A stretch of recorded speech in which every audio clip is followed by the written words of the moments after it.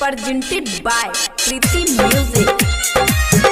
रे वाह एना मुख्य लटकल छो गना आना बैठ न बताइयो P4 प्रकाश राज मां गायत्री रिकॉर्डिंग स्टूडियो।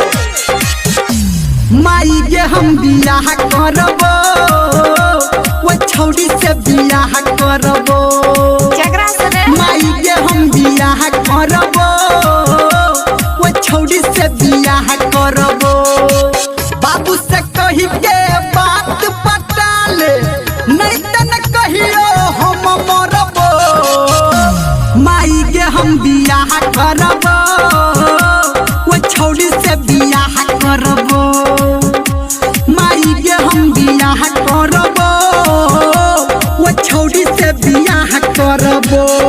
अभी आप सुन रहे हैं बीरपुर खुटौना से प्रीति म्यूजिक की शानदार प्रस्तुति बाय बादल स्टार धर्मेंद्र निर्मलिया।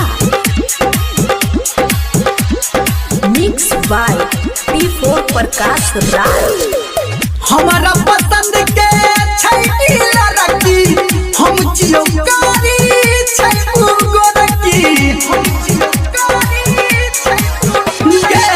हमारा पसंद के छैटी लड़की हम चियोकारी छै गोरकी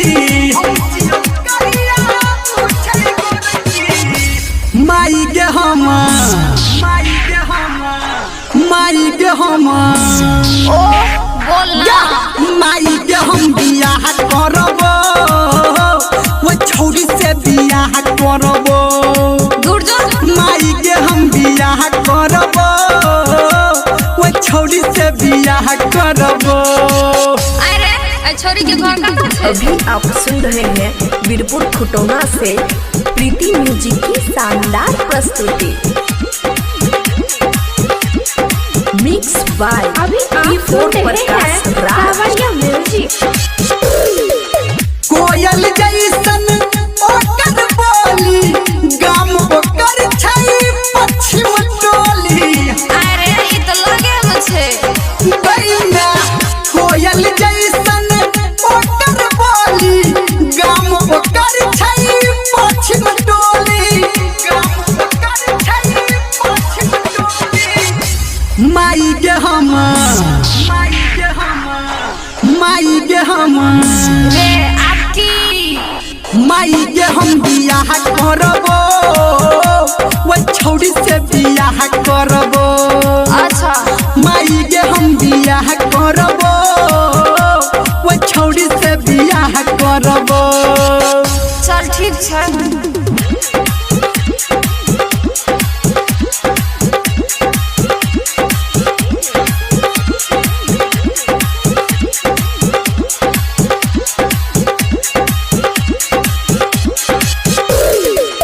धर्मेंद्र मीरा मलिया कहतौ गौतम संजय मामा अगुआ रहतौ सुनना मौसो को फोन कर दिया।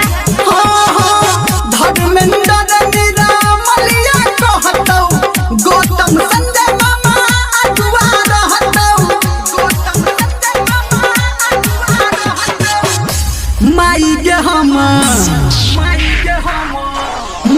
के हम अरे बुझलियो ना बियाह करबे माई के हम बियाह करबो वो छौड़ी से बियाह करबो ओहो माई के हम बियाह करबो वो छौड़ी से बियाह करबो बाबू से कहि के बात पटाले नहीं त न कहियो हम मरबो माई के हम बियाह करबो वो छौड़ी से बियाह करबो।